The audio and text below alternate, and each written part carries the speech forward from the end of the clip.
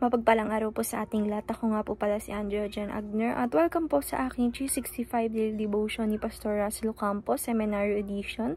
At ngayong araw po ay August 31, 2025 at ang topic po natin ngayong araw ay Satan.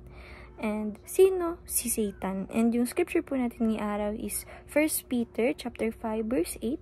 And yung sabi po dito sa ating concept na Satan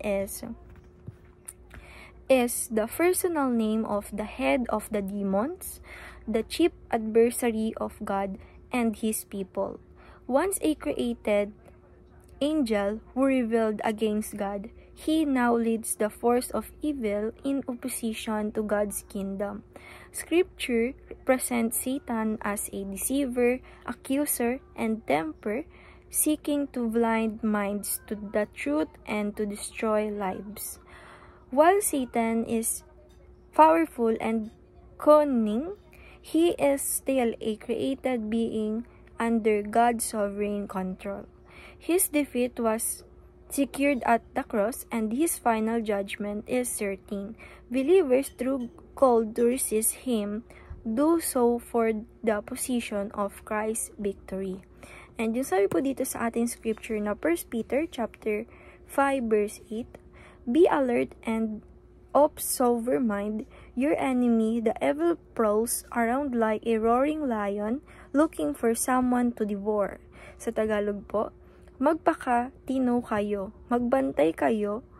Ang diablo na iyong kaaway ay tulad ng leong gumagala at umuungal na humahanap ng kanyang malalapa.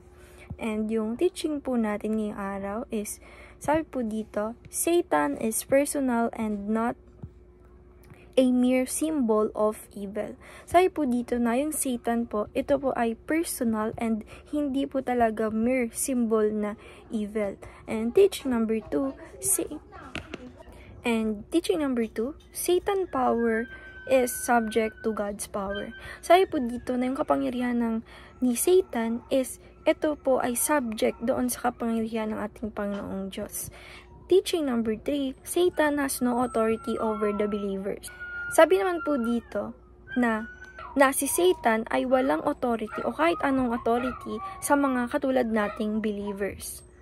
Sabi naman po dito sa ating application number 1, pray for a Christ-centered family. Sabi po dito na apply po natin or sa sarili natin or sa life natin na mag-pray po tayo para magkaroon tayo ng pamilya na center yung ating Panginoong Hesukristo.